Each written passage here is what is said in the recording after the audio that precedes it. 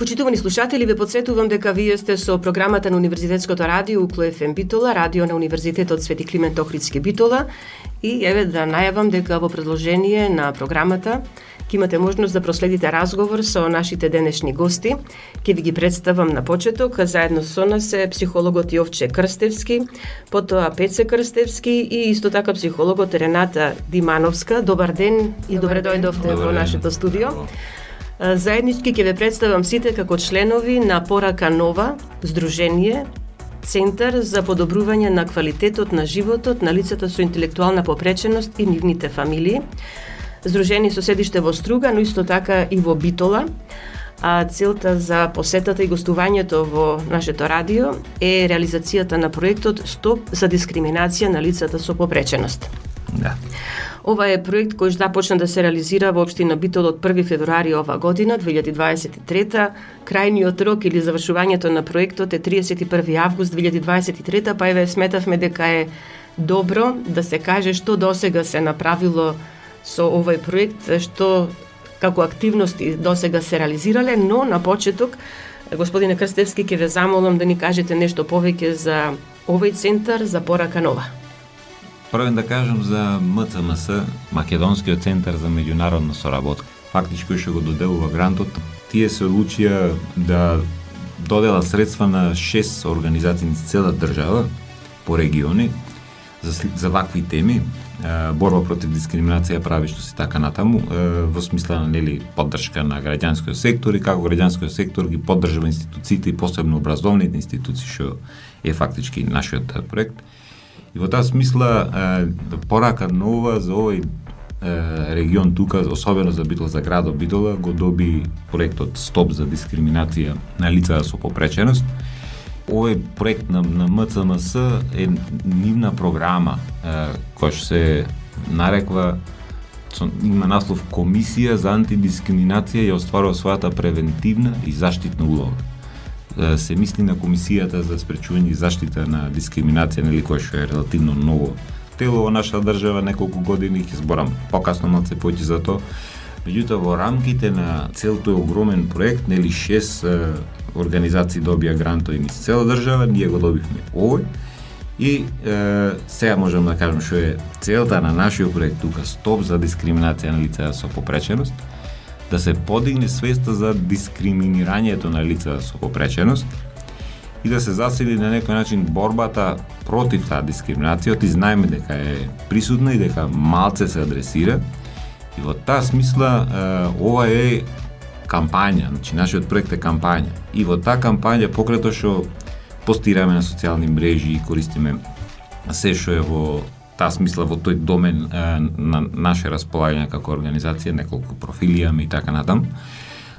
Директно сакавме и работевме со учениците во 6 училишта во Битола, со образовните асистенти, за тие се интересна категорија, тука Рената покасно ќе збора поќе, бидејќи се тие измеѓу наставниците и учениците, и работевме со стручните служби, со психолозите, педагозите, во смисла да направиме една посебна сесија за нив, кај што член од Комисијата за заштита и спречување на дискриминација од Скопје, Весна Беневска, беше дојдена во хотел Милениум, имавме голема презентација околу легислативите, законите кои се, што ако се случи дискриминација и некоја пријави, кои се постапките и чекорите за службите да бидат апдейтирани на некој начин со најновите законски одредби во наша држава, бидејќи овие работи се малце адресирани, малку од службите се во тек, сите на различен начин си ја следат таа проблематика, и тоа беше следниот, другиот, како да речем, еден од аспектите исто дополнително да се ова тематика доближи не само до учениците и асистентите, туку и до службите во училиштата, во смисла по тој како банер целокупен, кампања за освестување и за подигање за свесност дека нештото постои, во смисла лицата со попреченост се дискриминирани и сега што можеме, кај се наоѓаме ние, што можеме да правиме во иднина за тоа да се намали. Рековте, влеговте во 6 училишта, основни, средни? Да, 3 основни училишта и 3 средни училишта. Основните училишта беа Климент Охридски, Елпида Караманди и Коле Канински, а средни училишта беа Медицинско, Долната гимназија и Земјоделско училиште. Добро, рековте поголем број на лица вклучени во реализацијата на проектот, почнувајќи од вас, нели како носителеве, да речеме, на проектот, а тука и Пеце и Рената заедно со вас, Пеце како проектен асистент и Рената како образовен асистент, и тие подоцна, нели, ќе кажат за нивната работа овде. Ме интересира колку училиштата, колку учениците, како во основните, така и во средните училишта, беа опфатени и што со нив, еве, конкретно работевте? Начинот на кој што се работеше со учениците беше врсничка едукација, значи та методологија, во смисла одбрани беа неколку ученици и неколку теми се поминаа со нив, во смисла да се обучат да тие работат после со своите ученици, али са поспецифично, може Пеце за тоа да ни кажи, значи тој беше како асистент, нели, мој на другите што бевме вклучени во проектот. И за делот што, како и темите, може под Пеце, ако се кажа. Да, Пеце повели. Да, значи, прво е битно да спомнем дека се реализираа 4 врснички едукации на самите ученици од училиштата. Вкупно беа опфатени околу 12 до 15 ученици.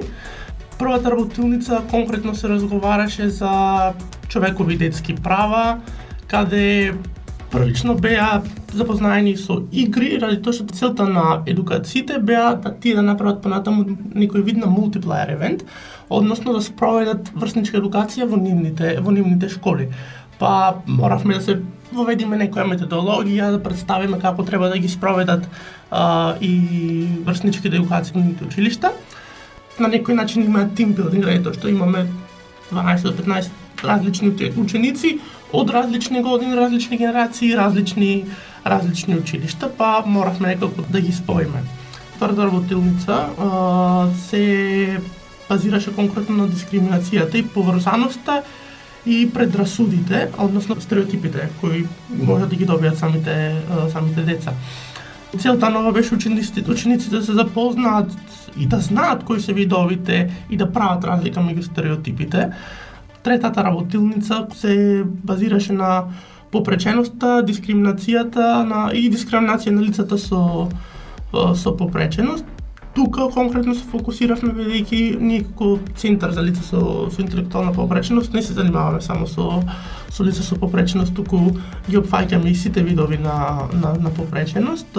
Целта нас како организација не беше да подигнеме свеста за видовите, особено во оваа тема, и оваа тема ни исклучува важност нас. Како и во секоја работилница што имавме досега, дискусии меѓу нив си разговара, спроведоа некоја активност, практична работа односно. Па четвртата работилница, конкретно се сакавме да се фокусираме кон булингот, односно кон врсничкото насилство, и се обработуваше таа тема, односно видови насилство и заштита од дискриминацијата. Ради тоа што ние едната тема поврзваме со доколку има дискриминација, на некој начин имаме и насилство. Веќе сте влегле во училиштата, веќе ги имате децата со кои што започнавте да работите, ги упативте во оние основни поими, можеби што значи дискриминација, каква и во колкава мера практично е застапена, тоа самите тие најдобро знаат да го кажат со оглед на тоа што заедно се во училниците, во училиштата, но имате ли податоци и дали родителите, можеби или самите деца пријавуваат такво насилство во службите во училиштата? Па, на една од работилниците имавме представник од Комисија за заштита и спречување на дискриминација, односно беше представник Весна Пендевска, која допред скоро беше представител на самата комисија. И самата спомна неколку практични примери каде луѓето пријавувале дискриминација и кои биле постапките кои ги превзела самата комисија за спречување и заштита од дискриминација. Па досега многу ретко, но има некоја тенденција за зголемување, односно луѓето се повеќе се свесни дека да постои една да речем институционална организација или било како да ја наречам, која се грижи за луѓето да ја спречи дискриминацијата, односно се грижи од тие правни легислативи, односно утврдува доколку има дискриминација, самите предлагаат дали ќе се санкционира некој, да речеме некој правно лице или некој физичко лице врз основа на тоа што ќе го утврдат. И до сега многу од пријавите кои биле всушност вклучени во образовните институции, односно се утврдувало дека некоја образовна институција прави дискриминација врз некоја попреченост на некој од учениците. И родителите тука се свесни дека тоа нешто може да го пријават и го пријавуваат. Така да тоа е нешто што за жал како да речам, како луѓе и како држава е странно да речеме дека имаме дискриминација во образовната институција, ама пак се повеќе се пријавува и луѓето се свесни дека да, тоа е дискриминација. Дискриминација е доколку детето нема пристапна рампа да си оди на училиште или доколку детето нема адаптиран или инклузивен тоалет да оди на училиштето. Така да се повеќе станува свесна за тоа нешто.